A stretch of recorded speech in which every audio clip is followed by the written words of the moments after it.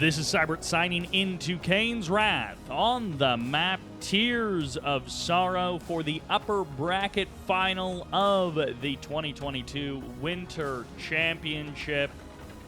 In the top left-hand corner of this best of 7, playing the pink, black hand, this is Masterleaf. We were all holding our breaths as that hand of nod ball rolled towards the engineer. But the damage really only happens right at the beginning of the fall, so it should have been safe regardless. And in the bottom right-hand corner, as the Cyan GDI, this is Futurama. These two players have come a long way through the upper bracket, fighting their way towards and to each other. That was a little bit of a self-inflicted harm, I think, at that moment there. And welcome to all of the folks who are relatively new to competitive Kane's Wrath. It seems like in the quarterfinals and the semifinals videos, there's been a decent number of people who YouTube has been suggesting these videos to. Oh, we got a flame rush on our hands. Welcome to all of you newcomers.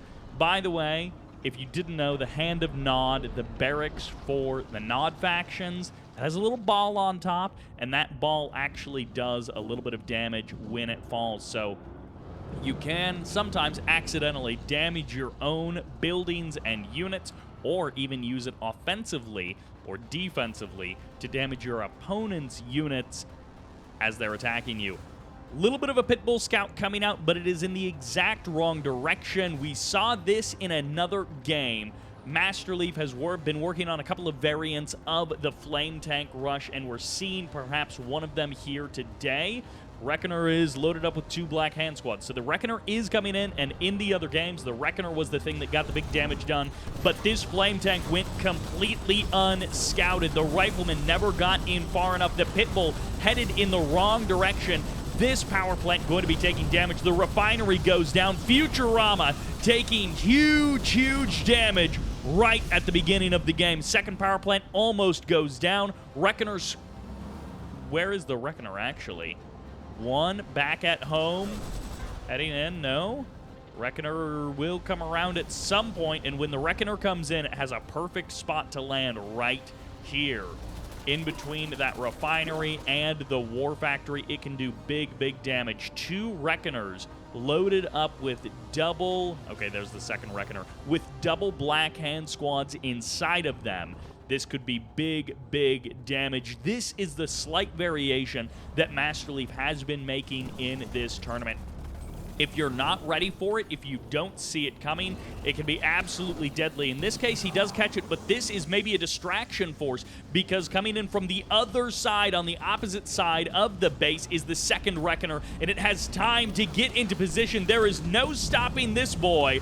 Refinery or War Factory will go down, quite possibly both of them. The Predator tanks are a little bit slow on the uptick, and this is just an awkward spot for Futurama to try and get into. Goodbye, Refinery, and the War Factory isn't going to be much longer for this world as that second Reckoner, the first one, comes back in. The War Factory goes down, the Refinery goes down, 2 black hand squads are out on the field, and Masterleaf has only a couple more games to win to take himself into the grand finals. 3 more games after this, and Futurama is gonna have to show us some different play if he wants a shot at the grand finals. But Futurama, with no money in the bank, sells off his power plant to get the last bit of cash he needs for a refinery.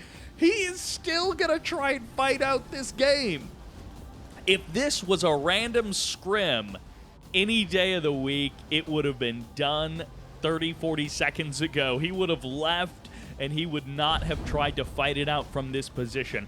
But even here, game 1 of a best of 7 where you can give a couple of games away, it's not the end of the world if you go down 0-1 in a best of 7. Futurama is fighting it out.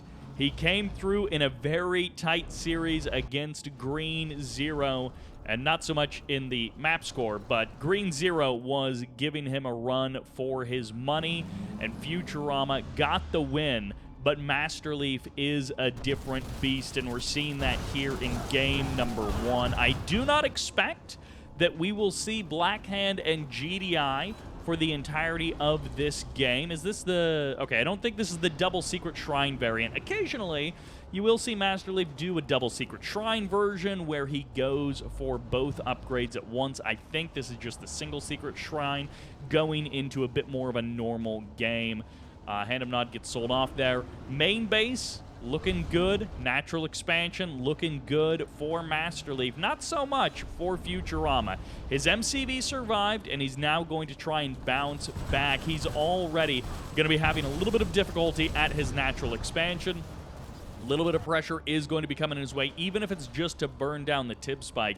This is going to be kind of unstoppable damage for Masterleaf. Another flame tank does come on out. Flame tanks aren't free, and Masterleaf had to spend a lot of cash on those opening couple minutes. He undoubtedly got the advantage from those opening couple minutes that he was looking for, but it was not free, and it did come with some associated cost. Blue Flame gets upgraded there. Purifying Flame finishes up, and now these flame tanks will almost insta-kill buildings. They take buildings down so incredibly quickly. Getting the command post up is nice. Having the laser fence will certainly help Futurama in the next couple of minutes, but there's just so much flame potential. Fortunately, he has... Oh, no, he has expanded. I was going to say, so fortunately, he hasn't expanded. So he actually has a pretty small radius to cover, but the bigger his base gets, the further things spread out, the more angles he has to cover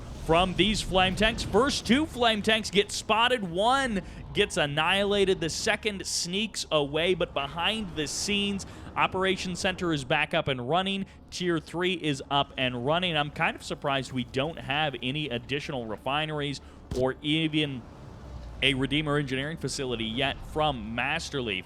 Futurama keeping his head level and his wits about him. He is just cranking towards the late game. He's got his 2 refineries at the natural.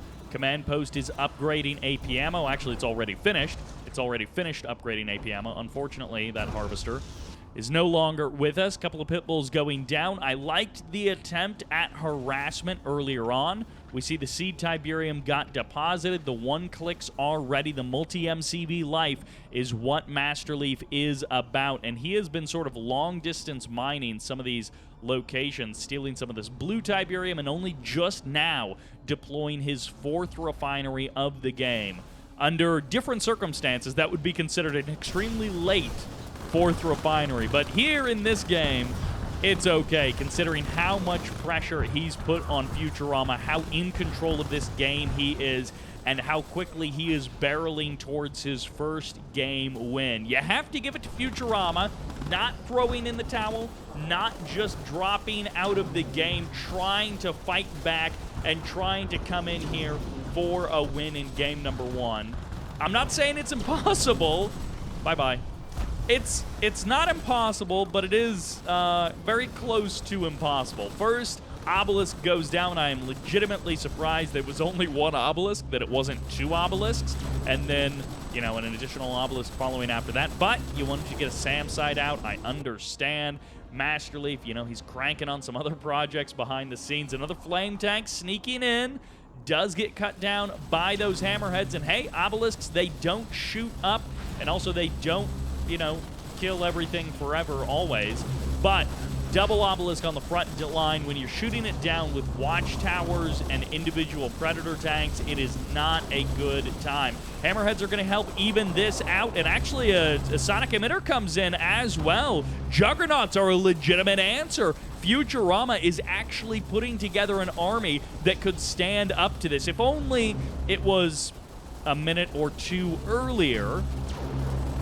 But he is, you know, fielding an army that, in theory, could stand up to that. He does still have a pretty big economic disadvantage that he's been fighting from this entire time, and he does still have to worry about so many things from Masterleaf. But Juggernauts are a first step in the right direction, and there we go. Juggernaut goes down, so his first 2 Juggernauts not really accomplishing a whole lot. Bikes do get scared away. The sonic emitter will be placed down, and the scan comes in. Futurama does see that the middle of the map has not been harvested just yet. Masterleaf has done basically all of this on 2 fields, plus the blue, plus the seed Tiberium. And again, Masterleaf, the only thing that he has let slip out of his control is Futurama has actually established a pretty good economy here at his natural. We haven't seen any bikes going in to harass that. We haven't seen any rocket squads trying to poke away at those harvesters. It's just been left for Futurama to harvest. But now bikes coming in, buggies as well. EMP locks down the sonic emitter. Hammerheads are not long for this world, and now suddenly there's no defense for these harvesters. 1 harvester down. The second will be shortly following this. Another EMP lands, but it's actually moments too late as the sonic emitter cleans up that buggy, and the vein detonation fires off. Another harvester or 2 goes down. Only 2 harvesters remain for Futurama. 3 did remain from Futurama from that attack. All 3 of them extremely low on health. This Juggernaut, actually no, 2 Juggernauts haven't been dealt with. This sonic emitter is legitimately keeping Futurama's army alive, and his army is basically those 2 Juggernauts. He's got a little bit more than that. Masterleaf, is he running out of steam? Not that Futurama is winning this game, but Masterleaf is a little bit running out of steam because he never expanded behind this. He was kind of hoping to win the game off of this push. It hasn't happened. More of Futurama hasn't left the game off of this push. Futurama is still not really in a position to take this game. EMP locks down that sonic emitter. Bikes swing in and out. And, well, a couple of more harvesters going down, but there are still 2 harvesters very, very low on health. Never mind. Oh, I thought I heard a catalyst missile firing off. It must have been some other sound effect. If Futurama could have taken a 3rd or, found a way to keep his income up, maybe he would actually have more of a ground army. But I expect Masterleaf to be able to pull on out of this. Futurama keeping these Juggernauts alive has been absolutely integral to making this hold work. 1 MCV down. The start of the comeback, it would begin with the kill of an MCV. Futurama is far from out of the woods, but killing an MCV, stopping this pressure at his natural expansion is nice, but it's not over yet. Sonic Emitter is going to waste its first shot, and then it's going to be up to these bikes to actually finish off these harvesters. 1 harvester goes down. Nicely done by Masterleaf to avoid all real damage. And Futurama, okay, if Futurama is able to take this 3rd field, we can start having a little bit of a different conversation. But as soon as Futurama steps out of his base, he is going to have an army that he can't really contend with. Bikes can swarm the Juggernauts, and other than that, what do you have to defend them? 2 Predator tanks? It's all about the sonic emitters. That's what's buying time. And okay, these watchtowers, they're buying a little bit of time as well. But the sonic emitters have bought so much time and space for Futurama. And Masterleaf is now not going to let him get away with too much more. Power plants could be targeted down. Harvesters not going to be the target of these bikes. They kind of just swing in and then leave. Bike's going to be coming in. Maybe some more 1-clicks. He's going to go for the split on the bikes. Does send 1 to the north, 1 to the south. Both of the bikes get cleaned up. Masterleaf behind this. Again, his economy has never been super soaring to the heights like we often see. This is a very claustrophobic map, and the way that you move into the middle for your 3rd has been giving a bit of pause to both players. Masterleaf only now going Redeemer on the high ground there with that refinery near the blue Tiberium. And Futurama is truly out of steam. Harvester gets eliminated. Masterleaf spending a big chunk of change. He's still got over $3,000 in the bank as well. So he is still sitting pretty in terms of how much cash he has on hand. Futurama, he has been pretty tight in the wallet for most of this game. I do like that he has an active 3rd refinery. It's not necessarily going to be alive for a super long time, and this is the first time that Futurama has stepped outside of his base in almost the entirety of this game, and this is where Masterleaf can have an opportunity to truly end this game. As soon as the sonic emitters are no longer protecting the Juggernauts and the rest of this army, it's going to be pretty tough for Futurama to actually hold on to this match. A couple of rocket squads going to get cleaned up by the sonic emitter. Big splash damage on all infantry units for that sonic emitter. And, well, Futurama, he's going to try and leapfrog. We'll see if it works against the Rage Gen and the Redeemer.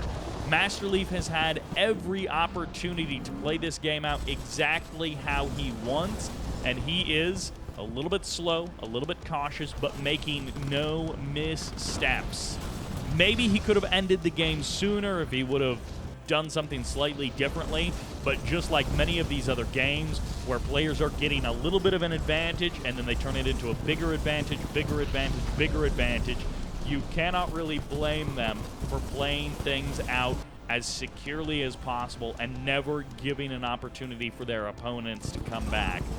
No mistakes, no opportunities for Futurama to really find his footing. The defense has crumbled. Futurama moved out of his base, and basically immediately it gets cut down. Even without the vapor bomb weakening these refineries, it's been close to over for a long time. Redeemer isn't even a part of this fight. I'm not sure where the Redeemer ended up, but it hasn't been participating in many of these fights. Beam cannons going to be the follow-up. He's just hanging out way up there. Masterleaf not even interested in his Redeemer joining these fights. He just wants fast units that don't get hit by Juggernauts. Juggernauts, they can knock down a Redeemer. They can't really knock down those... They can't knock down that many beam cannons either. They can't really knock down the bike buggy. They just move too fast. They cycle around, and they just don't give an opportunity. GG. Futurama drops out of game number 1. Masterleaf secures his first win. A good feeling going into a best of 7. Boy, that was drawn out a lot more than it necessarily needed to be. But again, Masterleaf gains an advantage and never lets it slip away. Game 2 takes us once again to Red Zone 9. The last time we saw this map, it was a bit of a long, drawn-out game. We'll see if this is all the same, or if we've got a little bit of a different take on this map. In the north, feeling fantastic as the pink-black hand, it's Masterleaf. And in the south, he is going to need to bust out some new moves. Playing Cyan, playing Traveler 59. Give it up for Futurama. What version of Traveler 59 will Futurama be playing? We have seen some really boring Traveler 59 games. We have seen some absolutely insane and really fun to watch Traveler 59 games. He is gunning for that engineer. He's not going to get it. Way too many Cabal squads. I almost called them cultists, but way too many Cabals. 2 of them are going to be drafted from Cell, and then one of them was actually constructed. So, Masterleaf approaching this match with some healthy respect. The level of anti-scout that he's going for, well, it is not going to be enough. He gets almost all of the buzzers, but he misses one. No early game descents from Futurama, so the descent rush is not going to happen, but he is going to want some kind of way to counter these flame tanks. One flame tank out, the Reckoner after that. You always got to wonder what version of this flame rush is Masterleaf doing. He has a couple of them in his back pocket. His bank account getting drafted close to 0, but he is going to get a little bit of cash back from the sell-off of those operation centers, and it is going to be the double Reckoner follow-up. This is the version that he has been favoring quite a bit in this tournament. It has gotten him really good results. I don't know, 3 out of the 4 times he's done it, maybe 4 out of the 5 times he's done it. Seeker tanks are here. No nerve center yet. You got something. Oh, no, it's going to be stasis. Okay. Goes into the stasis. Fast legs could be the option. They will be the response to the flame tank. And this flame tank is, oh, I don't know if that was bugged. It was paused for a moment there, which is bizarre. Either kill the Tib Spike or move on to the main base. And I think Masterleaf might be experiencing a little bit of a, I don't know, like a unit control bug or something.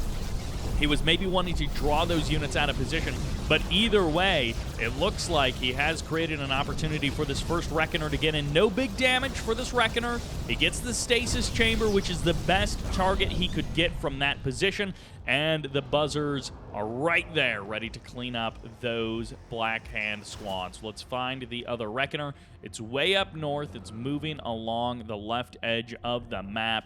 And now I think Masterleaf was maybe trying to draw those Seeker tanks out of position. He's going to have the best opportunity that he can.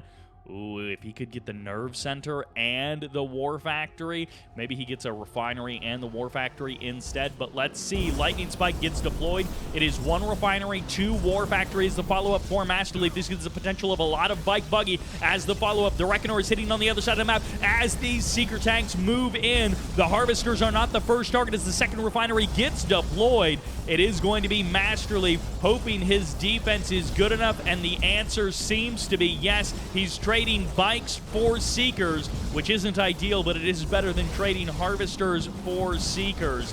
And it is going to be the end of the Seeker spam. The Bike Buggy has won out, and it's going to be the Cultist capture on the other side of the map. Just in time. The Stasis Chamber was deleted the first time, and then the second time it was allowed to build a Cultist. And now let's see, what can Futurama do with that? Oh! Okay, so no, the Black Hand members must have been ejected out of that Reckoner, and that is why Futurama was able to clean out that Reckoner and use the Cultist to capture something else. He's going to be sending the buggies forward, and Futurama is now in the driver's seat as we move towards the natural expansions of both players.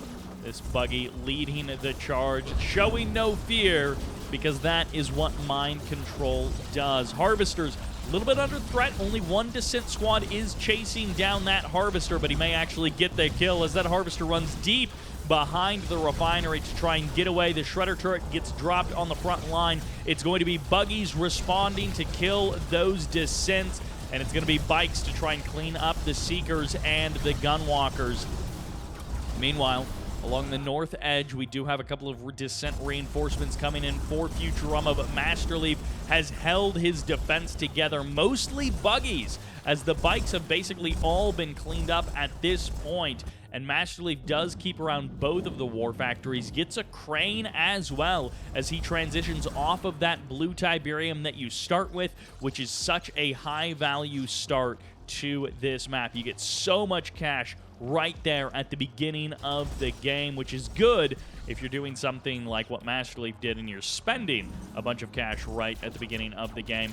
Descents rushing in. They clean up 1 Harvester. That one was weakened from earlier. Sells off of a Refinery, and Masterleaf is worried about these Descents. He should also be worried about his Tib Spike, which is about to be captured, and Masterleaf saves the Refinery, or saves the Harvester, rather. Low health, barely any HP, and Masterleaf does manage to keep it together, but now it's mostly Gunwalkers versus buggies. A fight that will last 1,000 years, as on the other side of the map, Futurama grabs that Tib Spike. Bikes finally coming in. 1 Seeker tank was in that army, and the rest of it was Gunwalkers. But now more Seeker tanks come in as the bikes come in from Masterleaf, and the fight will continue. Lightning Spike gets deployed, adding insult to injury as Futurama is hoping to keep up the aggression while maintaining his defense back at home. The Gunwalkers will slowly win out this fight, but only because of the help from the photon cannons and the Seeker tanks. The Gunwalkers might actually completely all die, but the fight will be won by Futurama because of these other things that he has. By the way, additional blue field there on the north side of the map does really mean that there is a lot more blue Tiberium on this map than you would ever see in a normal game.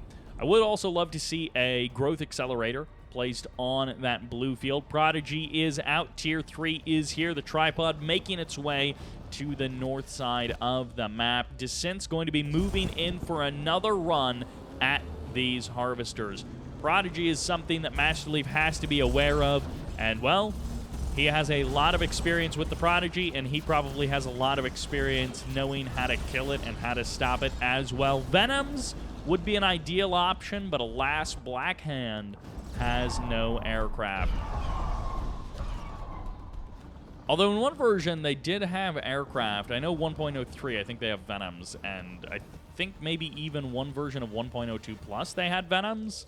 Something like that, but we'll see if Masterleaf has some killer ideas. We've seen him use the Blackhand Commando to a middle ground kind of effect.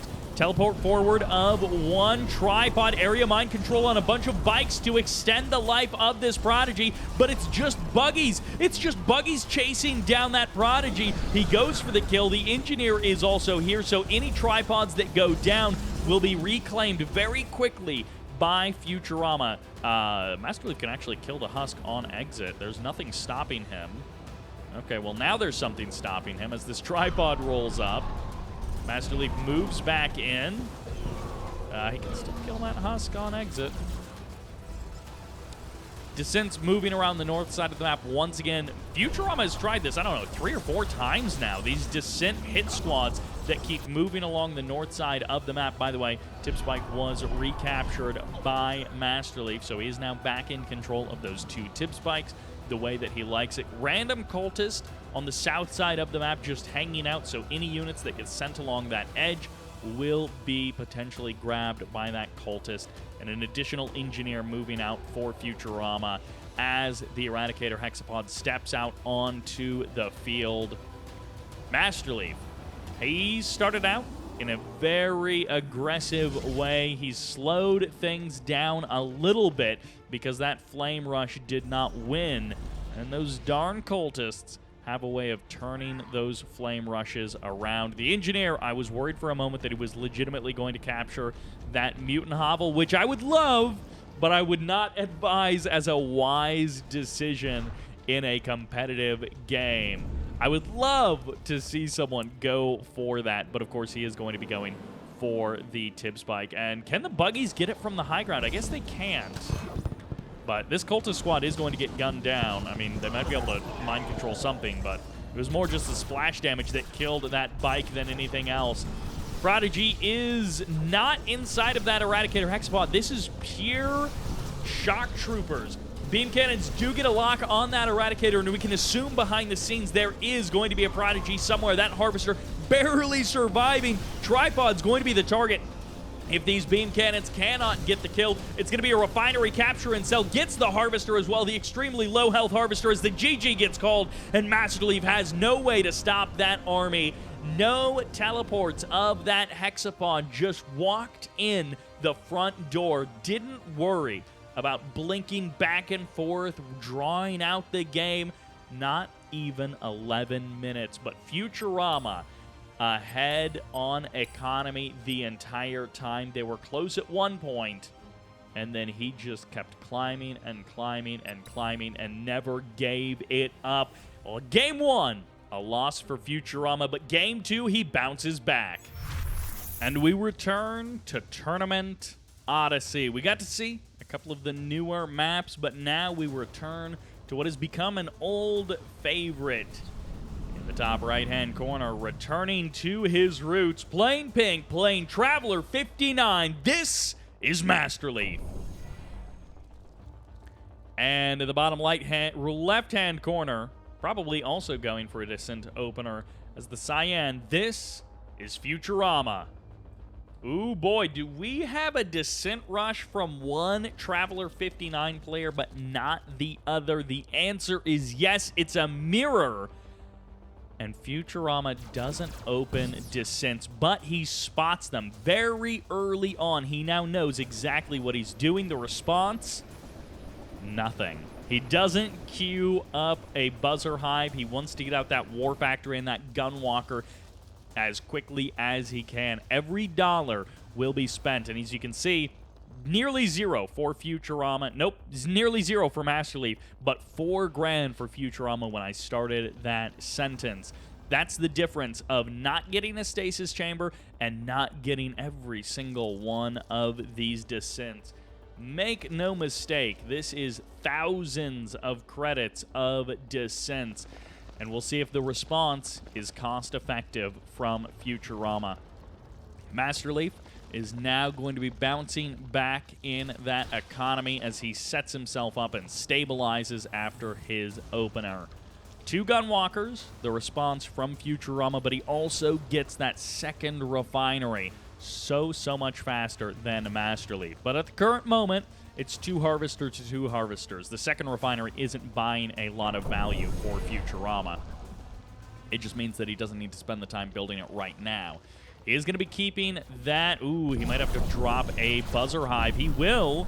Powers down one of the refineries. That is one of the problems of having that second refinery that quick, is it does require extra power to keep it online. Buzzer hive gets sold off, and it's going to be a kind of 0 loss, 0 game, a 0-sum game from this opener. Descent's still running around the map. They can still find some damage. Gunwalkers will be able to shave a couple more off. Okay, right there. They got their final shots to be able to clean up almost an entire squad. Yeah, they get an entire squad of Descents. 2 more Gunwalkers are here. So Futurama is going to be feeling really good about this opening, but I love this from Masterleaf, this sneaky double engineer. The Gunwalkers are close enough that if they get the read on this, ooh, they're going to get 1 engineer nice and easy. The second one will have time to grab that tip spike. Oh! No, it was actually the buzzer that got the kill, not even the Gunwalker gunning it down. They do go for the descents, and Masterleaf, he's going to be feeling okay about that. Loses 1 engineer, steals the tip spike back. So in, 100 seconds, that tip spike will pay for both engineers. And, of course, the portal now has to draft an engineer, all of these annoying things for Futurama. His stasis chamber is delaying his natural expansion, and wowie. Futurama is going to be so glad that he scouted this double portal at the natural. These Gunwalkers just kind of walking through these descents. Futurama not paying exact attention and will lose out on these descents. 4 descents could have done more damage than they did, and we just want to see if it is actually going to be a refinery from Masterleaf. Are you kidding me? He also sent a Gunwalker over there to secure that. He thought Futurama would just walk an engineer over there, and if it was me, I definitely would have walked an engineer into that Gunwalker and lost it, which would have made Masterleaf even Steven on that trade. Masterleaf, he's going to be pretty happy with the steal of those the tip spike double steal attempt, and in the end, it will be a trade. Masterleaf will win the fight with the Disintegrators in the north. Futurama does get the early warning, though, so he has more time to prepare. More Gunwalkers going to be coming in, and it will be a spread out from both players, but no real natural expansion economies from either one of them yet. They both got a refinery, but no real saturation. They're so concerned about this early game aggression, which is just turning to every corner of the map. I think we do even have a fully heroic descent squad. It'll eventually get cleaned up, but that one fully heroic descent, so incredibly low on health, does survive, does win the fight. And this buzzer getting the cleanup on these descents as they step on out. The lightning spike, the defense for Masterleaf. Never what you want to have is a lightning spike being your real defense at your natural expansion. Nerve centers coming in, I assume, for both players. Futurama, does he have his? No, he's still just rocking his stasis. So no Ichor seat to extend out that main field. Descent gets cleaned up. Another Descent squad as well. Gunwalkers eventually shut down by Masterleaf, and it's into Tier 3. So no second refinery, Tier 3 instead. And that economy so slow on the uptake from Masterleaf. His natural expansion was never his priority, and we'll see. Is it going to be Eradicator Hexapod straight into the Prodigy stuff? Is it going to be Mechapeds? Is it going to be tripods? Is he going to try and play something else entirely? Maybe he just goes for that super slow turtle style that we've been seeing a little bit in this tournament. Descent's going to try and rush down from the high ground. Gunwalker is going to be taking a little bit of damage. It will be a Prodigy, and it will be at least 2 Mechapeds out onto the map. They're doing that Mechapede dance, and they're going to be able to clean up those Gunwalkers without a terrible amount of trouble. The Gunwalkers, you know, getting a few more shots than the Mechapeds would like, but eventually the Gunwalkers will get cleaned up. This Gunwalker harassment, it almost is good, but every time it just sort of does nothing at the end of all things for Futurama. He pokes and prods a little bit here, a little bit there, and then doesn't really get anything done with those Gunwalkers. He is pretty much constantly, oh, Slowfield to grab those Mechapeds, and now actually I think the area mind control just canceled out those cultist mind control powers. Ravagers are also here. They are on a sniping mission, and they get the Prodigy. The Ravagers snipe the Prodigy. The Gunwalkers clear the cultists, and it will be the Buzzers chasing down those cultists that almost deny Futurama his capture of these Mechapeds. One Mechapede does get turned around. The other 2 will be able to escape. It's hard to see them inside of that slow field, and the Tib Spike did get taken down there on the right side of the map. Futurama finally strikes back against Masterleaf. A second Prodigy comes on out. We're going to have to keep an eye on that guy because there is a ton of anti-Prodigy right here at the front line. Drone ship also on transfer, going to take a little bit of damage. Cultists exit that portal and immediately get knocked down. Another Mechapede does get captured. Area mind control, blink forward by the Prodigy. Area mind control, but it misses. I actually don't know how that missed. It didn't cancel out the cultist, but there is going to be a second Prodigy because that one is from Futurama. Captures the tier 3, sells it off, and Futurama turning the tide on Masterleaf. These guys are in a mirror, but the mirror looks more like Futurama and less like Masterleaf. Everything going wrong in game number 3 for Masterleaf, and Futurama takes the lead in score. But it is a best of 7. I'm so glad that these guys are trading back and forth some of these games, that it's not a 4-0, that it's not these super long drawn-out games and the same thing over and over. It's a bit of variety here in these Traveler 59 matches, and that will send us into game number 4. And that'll send us to tournament decision, no poker for game 4, where one of these players can even up the score or maybe extend their lead. As the Cyan, sticking with Traveler 59, this is Futurama. And sticking with Pink, but shifting to Marked of Kane, this is Masterleaf. Everyone is kind of good with everything, but it feels like Masterleaf spends more time in the details of the factions than anyone else. So if anyone is going to have more tricks up their sleeve with a faction like Marked of Kane, it's going to be Masterleaf. Futurama, he's a really good Scrin, Traveler 59, and GDI player. We've seen that many, many times in the past. Can he play the other factions? Bit of Steel Talons, bit of Zocon, bit of the non-factions? Sure, of course. All of the top-level players can.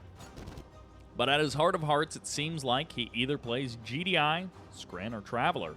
Most of the time, when he has his options, when the chips are down, that is what he does. What is this?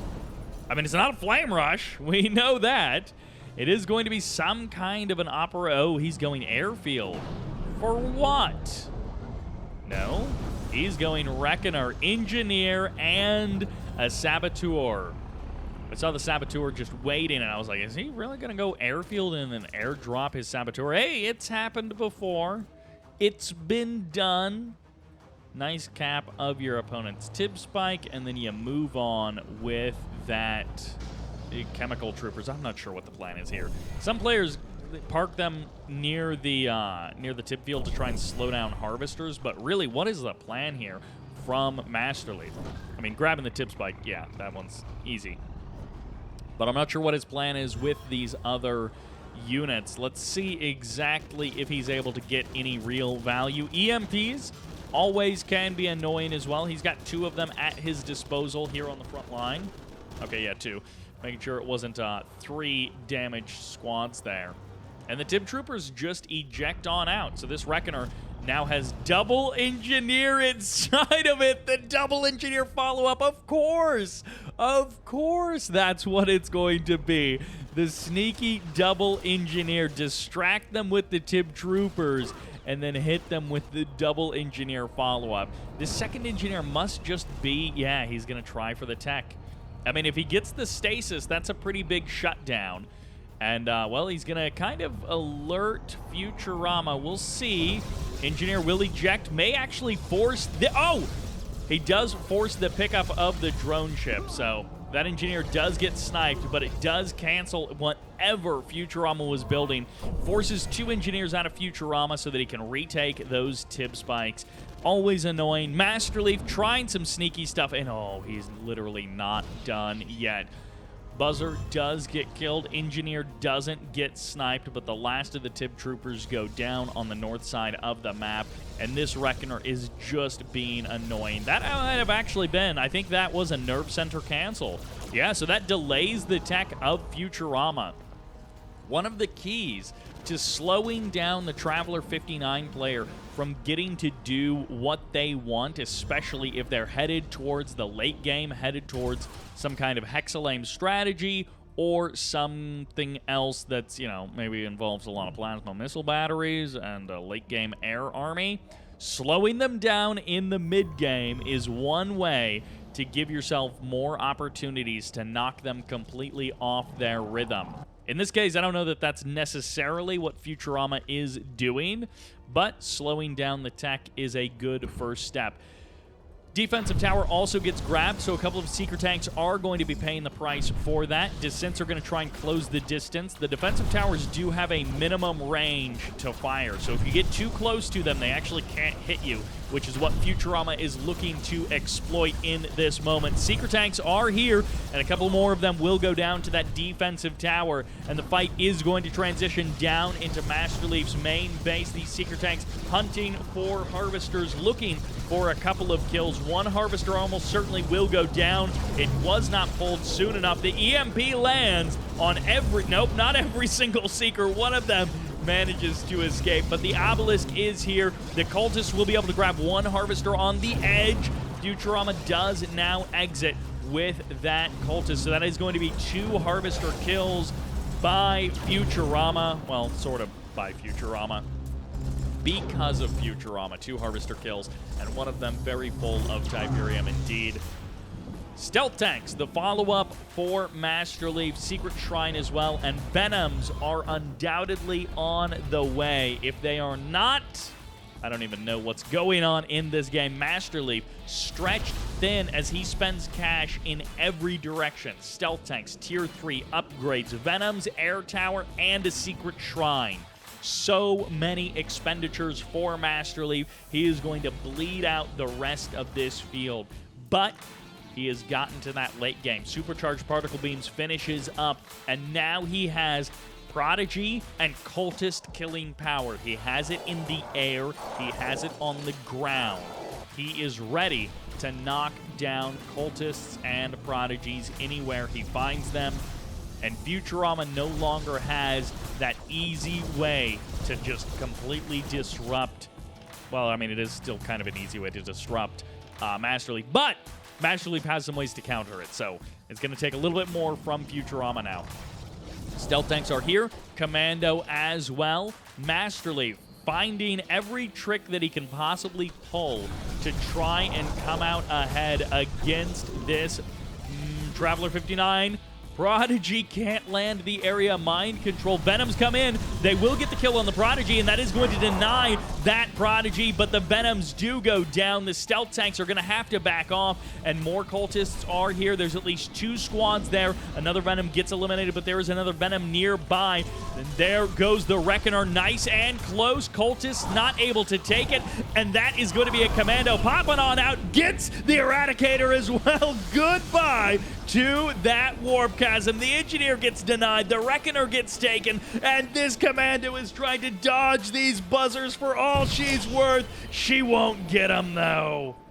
They all go down, but the warp chasm denied. 80-90% done on that Eradicator hexapod, and Masterleaf finds a way.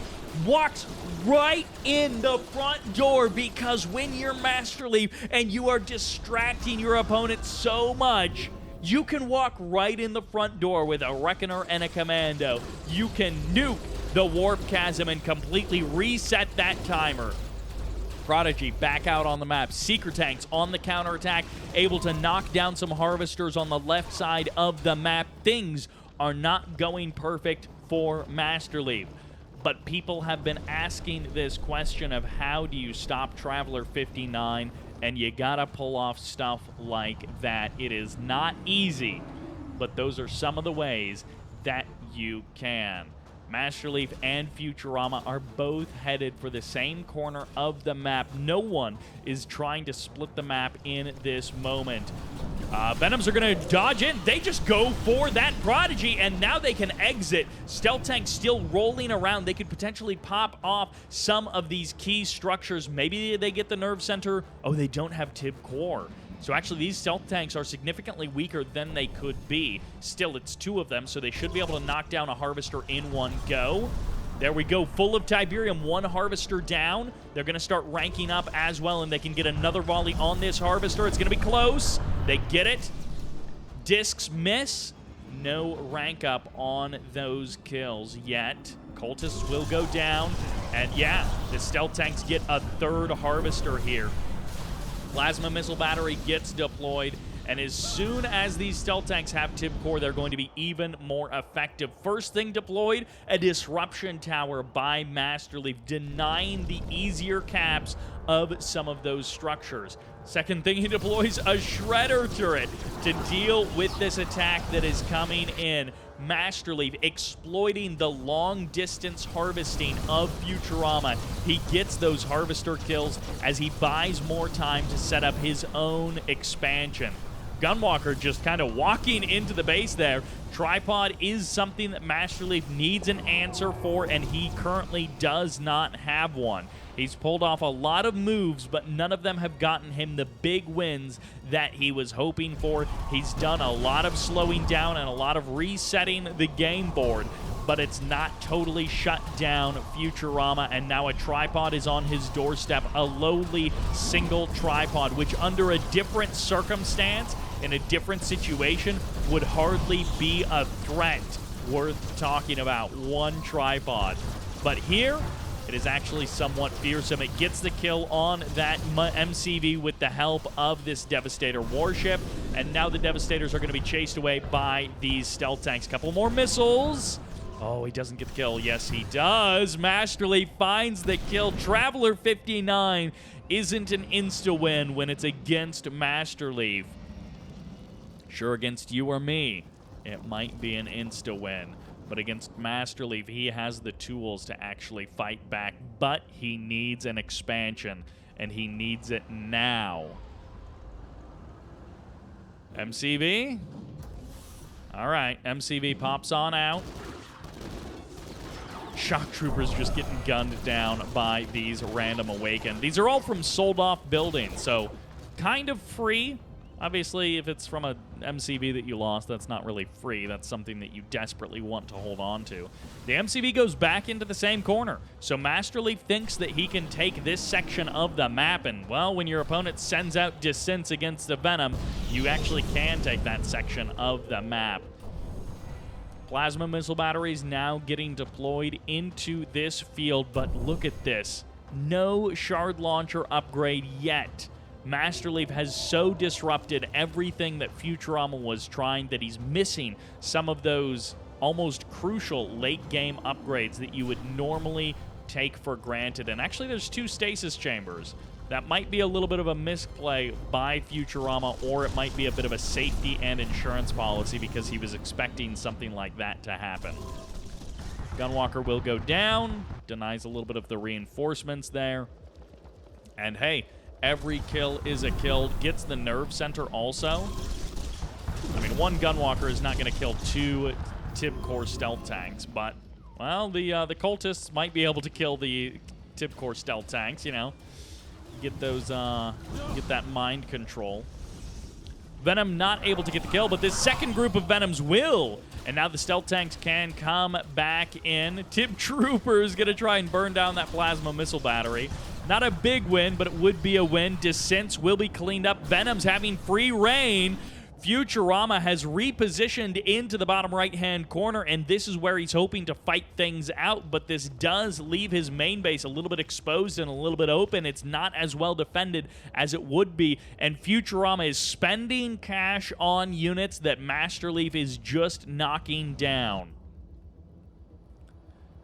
Both of these guys playing so well in this series and in this game. Futurama, every time he tries to get his feet back under him, Masterleaf is there knocking down something with something. Whether it's a heroic stealth tank in his main base or it's a commando finding damage where no one thought possible, and it's going to be the temporal wormhole. Cultists come in, cultists go down, Gunwalkers will be eliminated, as well as these Venoms. Every single Venom going down, one of them extremely low health, and the stealth tanks trying to split their missiles, and that one heroic stealth tank is just a little bit too quick and a little bit too good on the repair. Harvesters idly harvesting. Futurama issuing a stop command as well as he turns them around and tries to get them out of the danger zone. Futurama has spent his entire main field, and he has spent his natural. Venom's coming back in. Cultists, everyone that goes down without getting anything more garbage in the bin, more money down the drain for Futurama, and still no one is going for this top left-hand corner field. It does feel like either player should just queue select their, like, all of their harvesters except for maybe one and send them all up into that top left-hand corner. Futurama! After I say that he's playing really well, suddenly he just decides to sacrifice harvesters and send them pointlessly. Not really send them, but let them auto-harvest pointlessly into Masterleaf's field and just get annihilated there. I mean, they are stealing a little bit of a Tiberium, but that's clearly not what Futurama wants. That's not what he needs right now. And one stealth tank. Oh, he's trying to rank up a second heroic stealth tank. Almost certainly Masterleaf has sent this guy back in so that he can get a second heroic stealth tank and rank him up. Annihilator Tripod gets teleported back from the front lines, and it looks like the Venoms are going to go deep into enemy territory. There's the blink away. The Venoms looking for the kill. They're actually going to maybe sacrifice themselves to get... There actually isn't a lot of plasma missile batteries here. That heroic stealth tank is here, still fighting on the front lines. And the GG gets called. The slow death of Futurama will mean the 2-2 map score for Masterleaf. That was a phenomenal showcase by Masterleaf. Futurama, he was trying to play his typical Traveler 59 game, and he never got up and rolling.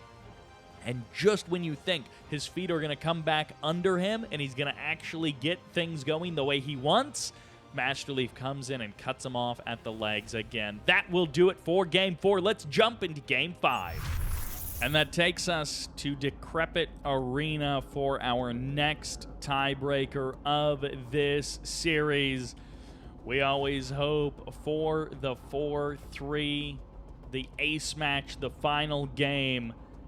And this feels like we might have a shot at it. These guys so evenly matched across the board. But maybe this is where it all goes downhill. As the pink Marked of Kane, this is Masterleaf. And Plain Cyan switching up his faction once again. This is Futurama. Black Hand, no stealth, but the flame weapons to beat them all. And I have to assume this is a blue Tiberium play. Maybe I'm wrong. Maybe it's just going to be a normal game, and he's just thinking, yeah, Black Hand is the way to beat Marked of Kane. But I assume Futurama has something a little bit more tailored to this map. He's played this map a couple of times in this competition and also games against Drive, but I'm curious to see what he has in mind. He just said Traveler 59 is not the way to beat Masterleaf's Mark of Kane, even on a different map that's laid out a bit differently than Tournament Decision. Futurama thinks that Blackhand is the way to beat Masterleaf's Mark of Kane. So far, things look normal. Masterleaf comes in for the Buggy Scout. He sees the second refinery, the power down, everything is completely normal. There's no stealth on the harvesters, so there's no need for any double counting or confirmation of what's going on. And now, we move on. It's another harvester from Masterleaf. It is fully loaded blue fields that these players can potentially take. Futurama is headed in that direction. The blue field, it seems, will be his destination. Masterleaf might be doing the same. A lot of players will split the difference. MCV somewhere around here so that they can reach both. They get the blue field, and it's not an ideal position on their natural in the middle, but it is a good enough spot, and we see that here from Futurama. You want that blue Tiberium, but you also want to be able to play the middle of the map where Decrepit Arena or Tournament Arena tends to play around these almost base push war of attritions between these two fields. That's what this map comes down to most of the time. And maybe I was wrong. Blackhand has yet to yield anything of note for Futurama. He is playing this one out so incredibly normal, so straightforward, that I don't know. Maybe he just... I don't know. I got nothing for you. There's no armchair psychologist explanation here. It's just he wanted to play Blackhand. He thought he could take down Masterleaf with Blackhand. I mean, we'll see. Futurama, you know, Scrin and GDI. Scrin and GDI. Again, all of these players are good with all of the factions, but Scrin and GDI. That's where we see Futurama do the most. Well, Dancing Harvester, never fun when he's supposed to be harvesting. It's very unfortunate for Masterleaf. Okay, never mind. He gets it under control. He realizes what's going on. Defense comes in for Masterleaf. He's got the double war factory. They both got an expansion on the blue, but where's the second war factory? Okay, there it is. Secret Shrine instead. All right, all right. Confessor Cabals and immediately sells it off. Black Disciples is what I meant to say. Oh, who cares? You guys know what upgrade I'm talking about. We all know it's what the upgrade is called. Sometimes you say the wrong upgrade name. That's all right. Burns down the tip spike in the north. His own tip spike still ticking away. Bikes, buggies, and scorpion tanks. I swear there's some buggies somewhere. Is he just going bike scorpion tank? This might be literally bike scorpion tank and nothing else.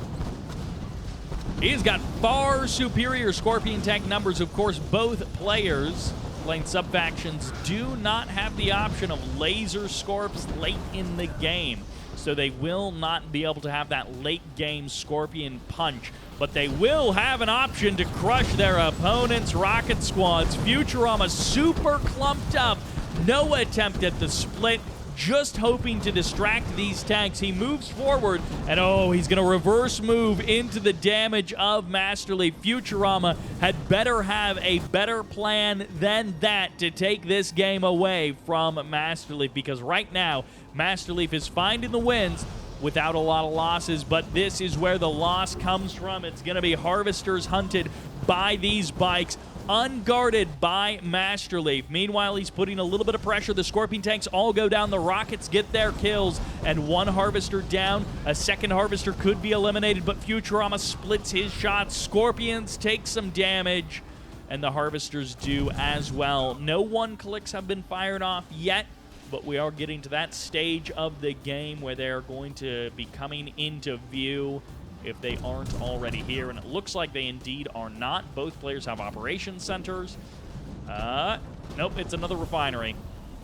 Gets tier 3, starts his upgrade. Maybe it's supercharged particle beam. Maybe it is Tib core, although it could also be EMP coils. I assume it's supercharged particle beams, but we'll see. We'll see.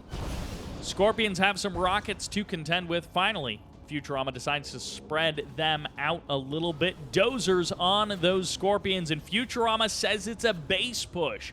That's what I want. The multi-MCV life obelisks to help me out, and this is where the supercharged particle beams of those shredder turrets will come in handy for Masterleaf. Look at that double shredder turret ready to go. It's not the best thing in the world, but it also isn't the worst thing. It helps out every little bit that you can, and that was maybe not the best decoy army ever, but I think it did get him the vision that he wanted. Okay, no, it's apparently not for a catalyst missile. It's just going to be an obelisk deploy on the front line, and the war of attrition has begun. Reinforcements coming in from the north. Rocket Squad's going to be rolling up, and there's the chemical plant now on the front line. Vein detonation will fire off, and Masterleaf's army is about to explode. It's the beam cannons from Futurama that will burn down these avatars. A second obelisk on the front line. Spectres were the choice for Masterleaf, and it doesn't seem like his front line is going to be able to survive for very much longer. Beam cannons take down that operations center, and they might actually get the tier 3 as well. He's gonna knock down the tier 3. He just completely reset the tech of Masterleaf while he's knocking on the front door. While Scorpions are going for the backstab, they're gonna find Harvesters somewhat unprotected, but they are stealthed against those Scorpion tanks, and the front door keeps on raging. At the front, the war keeps on burning. Power plants going down, refineries, and shredder turrets will be next. These Scorpions need some stealth detection, but they just don't have it. Rockets find their mark, and the Black Hand was the right choice because Futurama's beam cannons can see the future, and it's all looking good for him. Although Spectres might get some money shots here. No, they miss, overshoot their target, and the Scorpion tanks exit. Many of them surviving, but they have drawn the battle out and away from the front line where Futurama was dedicated. Radar jamming missile fires off. Futurama is going to find it a little bit annoying that he wasn't able to keep up the pressure. He was clearly hoping to get a bit more damage done. Oh, okay. Only one beam cannon went down. The others are extremely weak, but only one died. And now Futurama suddenly looks a little bit awkward. He reset the tech, but then he wasn't able to keep up the pressure after that. And the result is Masterleaf is going to rebuild his tech. It is going to be a little bit slow. It looks like he's only up to the operations center because he went Secret Shrine after that. But he did at least get the Redeemer Engineering Facility out on the map, so he doesn't have to rebuild that. He does have to restart his Redeemer once the Tier 3 gets rebuilt. Futurama has reignited his front line. An Avatar goes down in the south. Masterleaf thinking that he could come out with some kind of sneaky move. The EMPs haven't been firing off, but finally one lands. Scorpions roll in, and this is so much firepower from Futurama. Masterleaf is gonna have to call it quits. He does not have an adequate answer, but maybe the beam cannons can find some miracle shots. The avatars could get some miracle crushes. The double beam avatar is a heroic thing to see, but it's not enough as the Redeemer burns it down. The GG comes out, and Futurama with Black Hand takes the win. Futurama, the base push beam cannon tech reset, gets the win, and that economy, wow, that difference between Masterleaf and Futurama, I did not realize it was that severe, but 35,000 credits after, we'll say, the 5-minute mark. That explains it. That is a huge income difference in the second half of a 10-minute game. Let's jump into Game 6. And that takes us to Tiberium Rift. Once more in this competition, this map makes a comeback. And for those of you coming from StarCraft 2 or maybe some of the other RTSs out there where the map pool is sort of a set 7 maps and it rotates semi-regularly, obviously not so regularly now in StarCraft 2, sad face. In Command & Conquer, at least in Kane's Wrath, things work a little bit differently. There's like 48 maps technically that are in the pool. And we kind of settle on like 12 or 13 that are really commonly played. And the rest pretty much fall by the wayside. In the top left-hand corner, taking that last game as the Black Hand, as the Cyan, this is Futurama. Meanwhile, in the bottom right-hand corner, switching it up to Reaper 17, this is Masterleaf. So when we see these repeat maps like Tournament Odyssey, Tiberium Rift, even Decrepit Arena we saw a couple of times. But when we see these repeat maps, people prefer those maps out of like the 30 or 40 other maps that are there for them to choose from. And occasionally we will see someone with an oddball choice just kind of out of left field.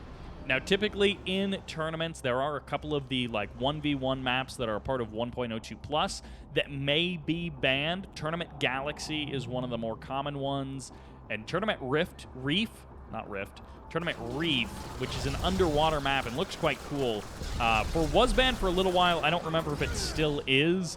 It was either like lagging for some players or causing some other problems that was kind of sort of causing it to be banned from competition. You could play it just fine, you know, in single player or in more casual matches, but it wasn't really allowed in competitions because of that. The Black Hand squad in the middle of the map gets spotted basically immediately by Masterleaf, so he knows exactly what is on the way. He doesn't know exactly what is on the way, but he can assume there's no Reckoner, and based on the timing of that flame tank and of the Black Hand squad, he can sort of assume that there is no Reckoner and double Black Hand squad on the way. So Masterleaf goes into a nerve center, and he gets a dev tank. Fires the first shot, tries to charge up that dev tank, but doesn't actually get the charge. There will be a lightning spike as well, so this is a little bit of a costly defense for Masterleaf, but Futurama doesn't find any big damage. He will have to settle for the consolation prize, burning down your opponent's Tib Spike. It is going to be a late natural expansion for Futurama because of this. He is going to potentially stick around on this main base a little bit longer and rebuild some of that tech. Actually, it'll be the Secret Shrine, and then he packs up his MCV. So he did go for a Hand of Nod, a little bit of a safety move there. And of course, his refineries were a little bit late because he did go for that operations center a little bit faster than you normally would. Masterleaf, though, not going for a super aggressive timing, going tier 3 on one base.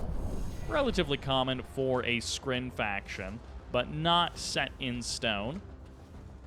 And so Masterleaf, he gets himself a tier 3 off of one base, calls in the Icor Seed as well, so that he does extend out that first field that he's got, and the first Mechapede steps on out onto the map. Dev Tank is going to be able to kind of deny the scout.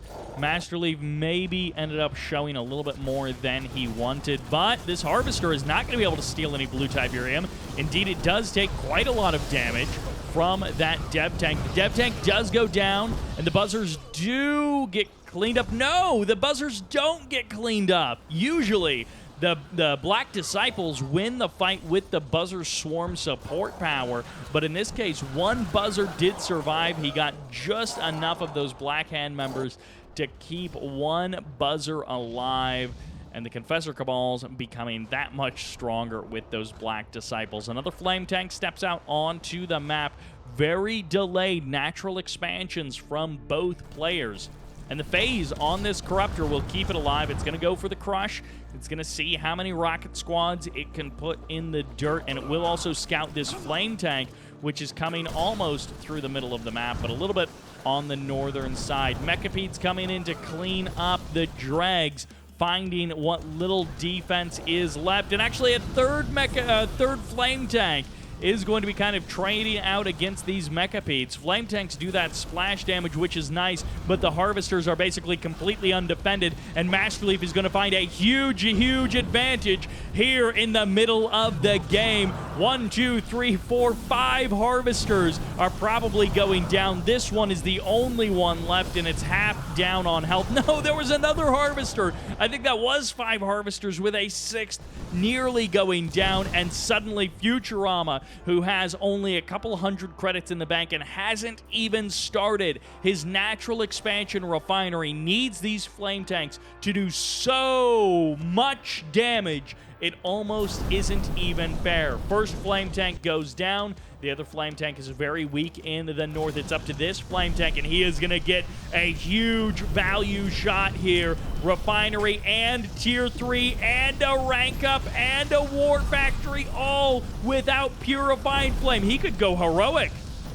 He doesn't go heroic, not yet, but a nerve center and upgraded power plant are here as well. The lightning spike in the wrong spot, and that flame tank goes heroic. The Mechapedes will have to save this base, but there's so little left. A Mechapede almost goes down. Imagine if he had Purifying Flame, but the GG gets called, and Futurama, even with all that damage, didn't have a hope of saving that game, which takes us to the ace match.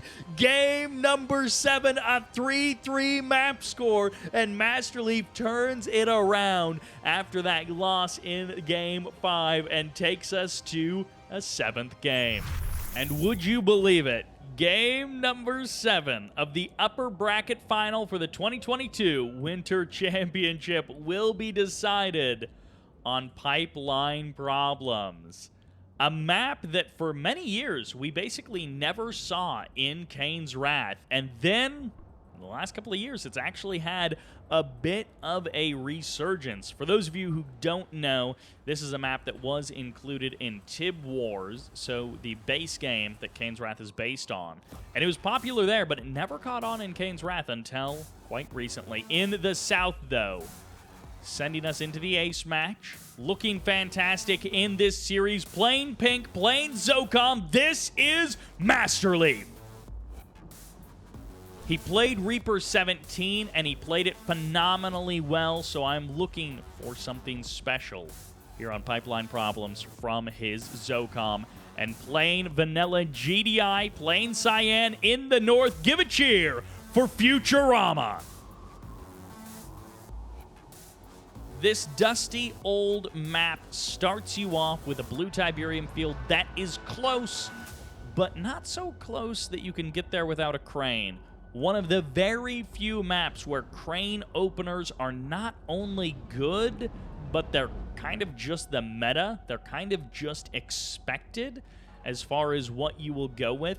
There's some slight variations here or there, but 9 times out of 10, this is a crane opening map. And again, if you're coming from a different RTS, that's something that might seem a little bit strange, but cranes are a building that were designed into Tiberium Wars and almost completely fell out of use in Kane's Wrath. There are very few situations where a player actually gets a crane in a high-level competitive game.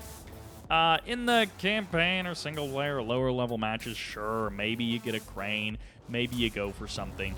But this map, there's a couple of other ones as well now, but this map is a map where we see the crane come through. These two players playing so well in this series, and one of them will go on to the grand final. It all comes down to this last match, this last map in the upper bracket final. But of course, we're not saying goodbye to anyone just yet. Whoever loses goes down to the lower bracket final, and they will have their shot at redemption, or maybe they will just purely get knocked right out of the tournament. Command post comes up. One of the advantages of the crane style is that you can build so much more quickly. Both of these guys, armory as well. So we're going to be seeing some of those Zocom upgrades, and actually units getting called in also. So Futurama and Masterleaf both going for a bit of a tech up, both keeping their cranes around for a little while. Airfield for Futurama. But these guys playing so incredibly well, and now they have the shot at the grand finals. Futurama, he's been there a couple of times in the last couple of years, but most of the time he meets Bike Rush, and he just gets knocked down. I think he did actually beat Bike Rush in one finals of a tournament in recent memory. But a lot of the time, Futurama, for whatever reason, doesn't make it to the finals of tournaments. He gets relatively close, and then Drive or Green Zero or Masterleaf or somebody knocks him out. Another really good player, and then they go on to the finals, and then they get knocked out by Bike Rush. But in the last couple of years, we have not seen too much from Masterleaf. He has been focused on other projects. We've been seeing him put out his 4K texture pack, which is one of the reasons why Kane's Wrath looks as good as it does. I mean, to be honest, Kane's Wrath just looks very good for a 14-year-old game. Zorkas are here. Kane's Wrath just looks very good. For a 14-year-old game, it looks surprisingly good. But Masterleaf's 4K texture pack makes it look that much better, and it adds some other visual enhancements as well. Zorkas are so incredibly powerful, and we've got a double airfield full of them, potentially 8 Orcas from Zocom could be potentially out on the map at any moment. 3 of them firing their shots, but they, of course, can miss those shots so incredibly easy. This is what they were looking for, a Harvester docking, unloading Tiberium, and they won't find the kill. Yes, they will, as 2 more Orcas rock up. They're going to find big splash damage for Masterleaf. Finally, he gets some damage on those Harvesters. The APCs on the left side of the map getting pushed away from the blue field of Futurama. APCs rolling into the base. Hammerheads, Predator tanks, and Juggernauts all going to be responding from Futurama. He looked like he had almost no defense there at what would be his traditional natural expansion, but really is basically his third. He looked like he had nothing there, and suddenly everything rolled up for defense at the same time. The war of attrition is beginning. Reinforcements getting called in. Masterleaf and Futurama have planted their flags at their third. They both have got those big late-game upgrades. Those big armies are coming in, and these Juggernauts are not going to be long for this world as the Orcas find 2 kills basically without any recourse. And now they're actually going to head back in. They are going to take some losses. Firehawks coming in to secure a couple of more kills, but another Juggernaut goes down, and Masterleaf will not be beaten back without a serious fight. APCs and infantry, not big killers, but they are here to say tip field suits, giving this army so much more value than they otherwise would have, so much more staying power than they otherwise would have. Watchtowers are here. A lot of firepower is here from Futurama, but it's spread out. It's these Juggernauts which are coming out slowly, getting eaten up, and Masterleaf will overwhelm the defenses of Futurama. Harvesters now getting taken out one by one. Futurama never getting his feet under him in this game. He got knocked down before he even had a shot. Every Harvester has been caught and killed or evac'd on out of there, and now the Orcas come in for another pass, and Futurama just has nothing. Okay, Masterleaf actually just dumps a ton of rockets into the tech center and flies right by an AA battery. One Orca pays the price, the others will escape. Masterleaf's economy never actually... Oh, he never got a second refinery on his third. He put all of his cash into that attack, calling in reinforcements, spending big money on tech and upgrades, and he never got a second refinery, so his economy has been slow to build up. I'm actually so surprised by the fact that Masterleaf did not just win the game right there with a parade push, but he never had the reinforcements to come across the map to keep up the damage. It's APCs and rockets, a somewhat unorthodox combination. These Orcas may be able to get the kill. No, the tech center is healed up too much. The Orcas are going to have to find a different target. Tungsten shells has already been purchased, but slowing down those Juggernauts would be perfect for Masterleaf. He's going to just dump his rockets. Oh, he almost flies over that anti-air once again. And now Masterleaf is going to have so much of a harder time cracking this base. I would love to see some sniper teams from Futurama to try and thin out the herd, but right now it's going to be mass watchtowers, and it's also going to be the Sonic Emitters and the Juggernauts behind them. Firehawks coming in. They're going to finally kill that tech center. Finally, they do get it, and Futurama's Juggernaut production will halt. His Sonic Emitters will not be produced any longer. He's going to have to rebuild that Tier 3, and it's going to be more watchtowers to try and defend his flank. Juggernaut's getting the shutdown on these rocket squads as they try and sneak their way up the right edge of the map. Masterleaf's army is getting separated out, is getting destroyed. It's all APCs and infantry from these guys. They're both playing these GDI factions, and the only thing we're seeing other than APCs and infantry is a couple of air units and Juggernauts. Orcas come back in. Orcas get eliminated. A couple of Orcas paying a price, but they snipe another Juggernaut Husk. No engineers will be close enough. The Orca Strike will come in, and the Husk goes down. The power plant taking a little bit of damage there as well, but the Juggernauts are now in range. Futurama looking like he's on the ropes, but now he's actually got a way to do some damage to Masterleaf. For the first time in this game, he is the one on the attack. He is the one striking out at his opponent. Firehawks are hunting for another target, but Masterleaf doesn't know where he's supposed to be looking. The command post gets sold off preemptively, and instead the power plants are the target, but the power is not offline. The lights are not out for Futurama. The Juggernauts are still holding down the front door. But no, it's going to be Predator tanks. I don't think he ever rebuilt that Tier 3. That blue Tiberium hasn't been harassed by either player, unprotected in both the north and the south. And it's a triple airfield. Masterleaf, what is the triple airfield build? He finds 4 APCs and he eliminates them in one fell swoop. In the nick of time, those APCs get caught and killed by the Orcas. Mass air from the Zocom player, but almost nothing on the ground. And now the Harvesters are exposed. These long-distance Harvesters, the Sonic Emitters, never able to protect those Harvesters enough. And killing the Juggernauts is nice, but what about the Predator tanks? You need to knock them down, Masterleaf. And he's got an answer, but not before he pays a heavy price. And behind this, Futurama is protecting his own expansion. Meanwhile, Masterleaf is leaving his exposed. Zocom Raiders are now on the front line. The Zone Raiders, something that currently Futurama doesn't have an answer for. Double barracks as the follow-up Zone Raiders to save Masterleaf. Things were looking like they were going to fall apart, but he's kept his Firehawk numbers high, and now he can swoop in and snipe more buildings. Masterleaf looking for the ideal target, not finding it yet. The front line hasn't moved much further forward. Upgraded power plants are a nice kill, and that is low power mode finally for Futurama. MCV is here. Zorkas find more kills. Okay, just one Predator tank there. Let's not get too excited. And Masterleaf low on cash. Futurama banking a little bit too much as his MCV is on the move. He didn't have an opportunity to really spend all of the money in his bank with the slowed down production, and that's not going to be getting much better. These Firehawks flying directly over the base and the army, but, well, a couple of them might pay the price.